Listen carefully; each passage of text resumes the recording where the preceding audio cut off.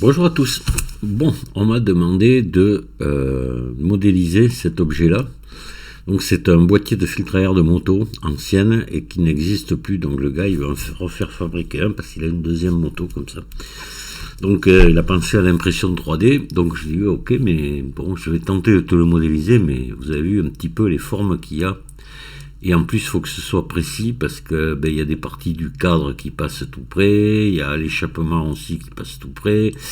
Enfin voilà quoi, il faut que ça rentre, Donc, j'ai dit comment je vais faire ça pour que ce soit précis et tout. Donc j'ai eu l'idée de faire un scan 3D de la vraie pièce. Et après de m'en servir de repère quelque part, quoi. C'est-à-dire que je me le suis mis à côté, je modélisais avec les mêmes dimensions et tout, je les ai superposés, etc. Donc là il y a un couvercle, je vais vous faire voir, c'est quand même assez... Voilà, vous voyez à l'intérieur, alors on va peut-être passer là, on va enlever les couleurs. On verra mieux comme ça, voilà, vous voyez. Donc là il y a une cloison ici, avec c'est le filtre qui vient appuyer, le filtre papier qui vient alvéolé qui vient appuyer dessus, hein. Voilà comment c'est foutu. Donc pour faire ça, je vais vous faire voir ce que j'ai utilisé. Donc là je vais sortir de là. J'ai utilisé un logiciel qui s'appelle Meshroom qui travaille avec des photos. Alors donc c'est pas la... Attention, vous allez voir, c'est pas très beau à la sortie, mais ça m'a énormément aidé pour modéliser ce truc là. Donc je dois l'avoir ici. Voilà ce que j'ai obtenu. Alors j'avais bouché les orifices pour pas tromper trop le logiciel, pour pas qu'il voit. Vous voyez, j'avais mis un bouchon et devant là j'avais scotché. Voilà, pour pas trop le dérouter. Et voilà ce que j'ai obtenu. Donc ça, je l'ai nettoyé parce que dessous, il y avait la table sur laquelle je l'avais mis. Et ça m'a même pris le sol. Voilà, mais enfin, vous voyez qu'avec ça, quand même, et au niveau des dimensions, j'ai contrôlé si j'étais bon, une fois que j'ai mis à l'échelle, et c'était parfait. Donc, ça m'a vraiment aidé. Donc, je vais vous faire voir un petit peu à quoi ça ressemble, Meshroom, comment ça marche. Donc, il m'a fallu utiliser des photos. Donc, les photos... c'est des voilà les photos. Donc j'ai pris pas mal de photos, 20 et quelques je crois. Il faut en prendre un maximum. Il faut que les photos soient assez grandes, avec une très bonne définition. Et il faut aussi qu'il n'y ait pas pas de reflets ou pas beaucoup. Donc moi je l'ai fait, je vais vous montrer, voilà une des photos. Vous voyez, il y a un petit peu de reflets mais pas méchant. Donc je les ai pris sous tous les angles en commençant par en bas, mais ça je vais vous mettre l'adresse d'un tuto sur Meshroom qui est très bien fait, je m'en suis inspiré pour pouvoir après aller dans le logiciel, mettre les bons paramètres et aussi pour bien suivre les explications. Donc j'ai commencé à prendre des photos tout le tour en bas, ensuite un peu plus haut, ensuite ici et ensuite par dessus. Voilà, donc une fois que j'ai eu toutes ces photos, je les ai mises dans le logiciel et c'est lui, après ça met beaucoup de temps. Il vous faut quand même un ordinateur avec une bonne carte graphique, quelque chose quand même qui tienne la route.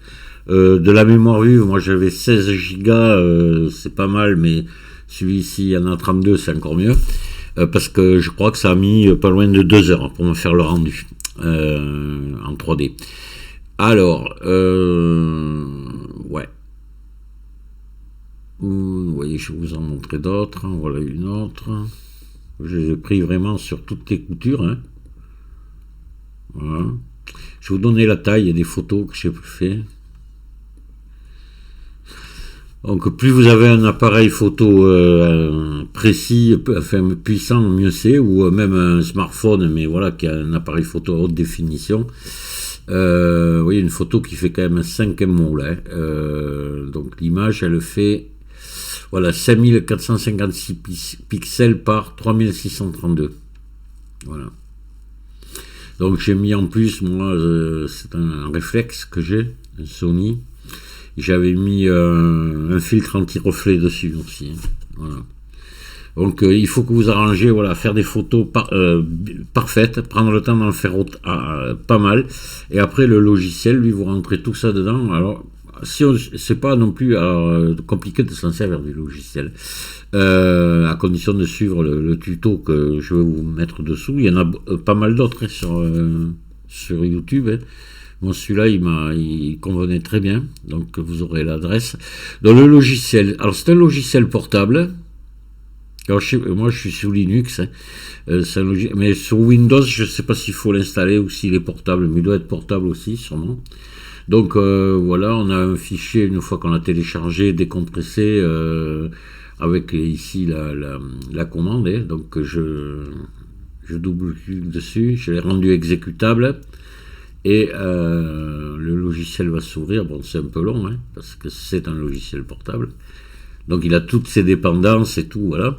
Et voilà le logiciel tel qu'il est. Donc on a, comme sur Blender, on a un système nodal, là, qu'il va falloir utiliser, mais c'est pas non plus la mer à boire.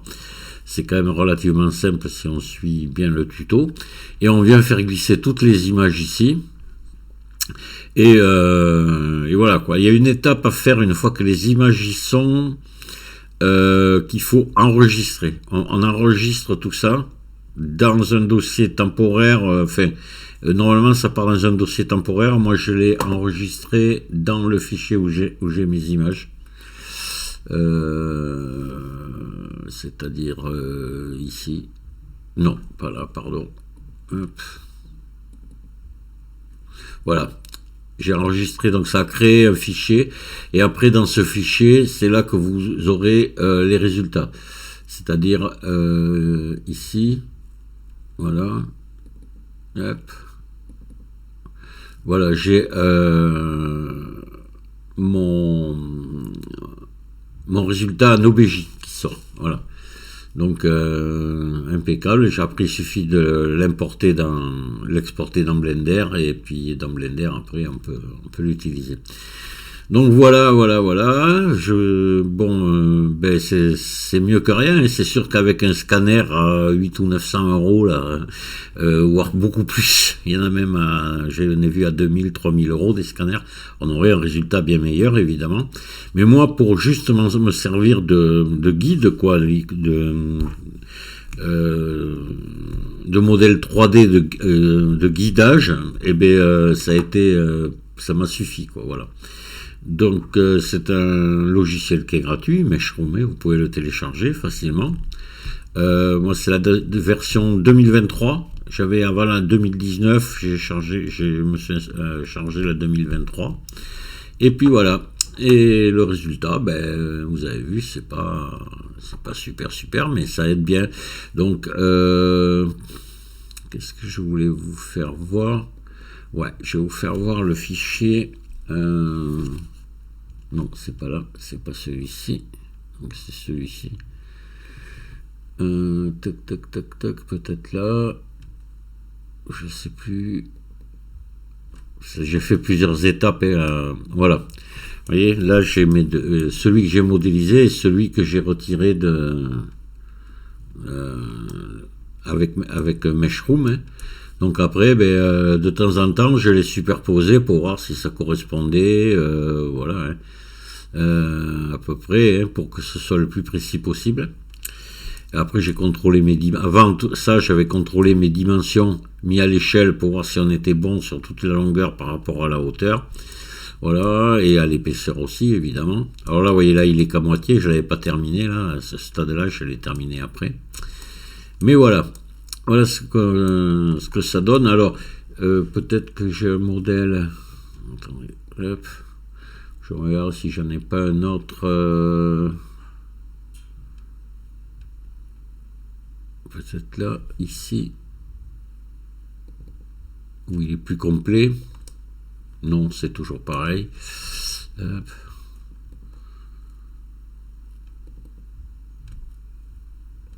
Là, c'est que celui-ci. Non, je ne l'ai pas complet.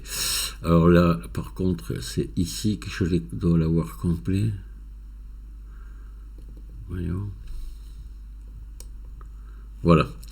Là, je l'ai complet. Et j'ai pas dû si j'ai appliqué les modificateurs, alors si je fais ça,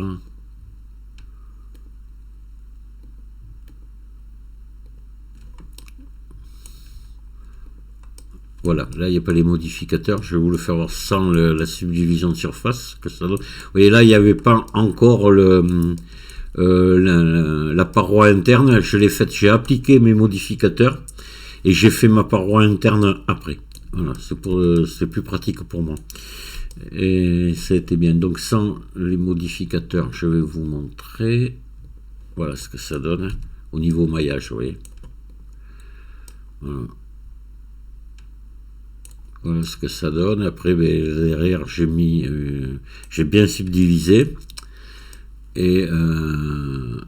Et après, j'ai terminé, j'ai appliqué ma subdivision, j'ai terminé ma paroi interne et j'ai exporté au fichier STL, au format STL, pour que ce soit imprimable. Alors par contre, j'ai fait faire 2 devis. D'abord voir si c'était possible à l'imprimer, pas de problème, j'ai aucun défaut sur mon modèle, hein, sur le modèle final, qui est donc ici. Non, pas celui-là. Celui-là, je sais plus. Voilà, ça c'est le modèle final. Vous voyez là, il y a la paroi, la cloison, hein, que j'ai mis après. Donc je l'ai contrôlé, pas de défaut, manifold, pas de problème. Donc je l'ai envoyé à faire 2 devis. Pareil, ils n'ont pas trouvé de défaut. Le défaut, c'est le prix que je trouvais. Donc pour faire ce truc-là, sans le couvercle, j'ai un devis à 970 €. Et alors nettoyer, fignoler et tout, et j'en ai un autre à 270 dans lequel il faut s'enlever tous les supports qu'il y a dedans, après ce qu'on appelle les échafaudages, quoi, quelque part. Il faut se finir le nettoyage soi-même. Enfin, même à 270 €, le copain, ça lui fait trop cher. Donc il va avoir, il a un copain qui a une imprimante 3D, voir s'il peut lui faire. Voilà. C'est quand même pas donné 1000 € pour faire ça sans le couvercle. Le problème, c'est que ça serait sûrement plus cher que le boîtier neuf s'il existait encore chez le fabricant, mais comme il n'existe plus, c'est introuvable. Ben, s'il en veut, il est bien obligé de passer par de l'impression 3D. Donc j'espère qu'il y a quelqu'un par là qui pourra lui faire. Voilà. Mais bon, il m'a dit, je connais un gars qui fait des trucs super à l'imprimante 3D. Voilà, je pense que ça lui coûtera moins cher si il peut lui faire, parce que moi je sais pas, après j'y connais rien en impression 3D, je sais pas si c'est facile à faire, long ou pas. Alors pour vous donner un ordre d'idée, ça fait, je vais vous donner la dimension, voilà, ça fait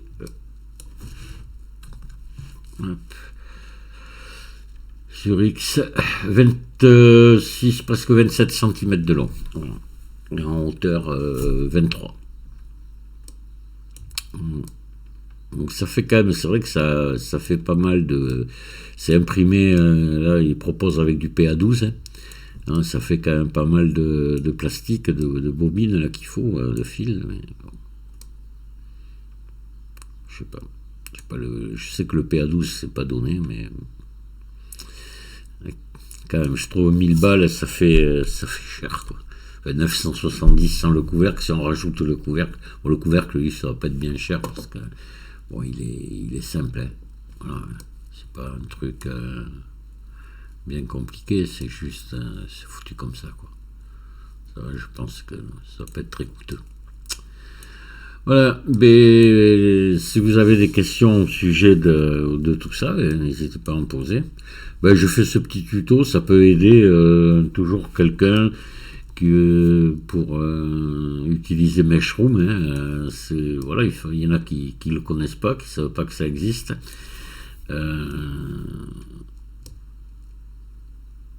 Donc c'est de la photogrammétrie à petit prix, on va dire, voilà. On en a pour son argent, comme on dit, voilà, ça coûte rien, mais bon, vous avez vu le résultat, on peut, à part s'en servir comme ça de de guide pour modéliser, autrement, c'est tout ce qu'on peut faire, quoi. Après, moi j'ai vu des résultats bien meilleurs que le mien. Mais je pense que les gars, ils avaient utilisé déjà des photos beaucoup plus grandes. Et après, on peut aussi augmenter la qualité du rendu de la modélisation 3D dans Meshroom, si on a le temps. Hein. Le rendu se fera sur plusieurs heures. Hein. Moi, il y a un gars j'ai vu, il avait fait un truc dans ce genre-là, il avait mis 6 heures, ça avait mis 6 heures de rendu. Mais il avait un joli résultat à la fin. Voilà. Mais comme moi, c'était pas pour l'utiliser en tant qu'objet 3D, c'était juste m'en servir de guide, ça m'était assez égal que au niveau finition, ce soit pas beau, quoi. Voilà, mais je vous ai tout dit, je vous laisse là et je vous dis à très bientôt, au revoir.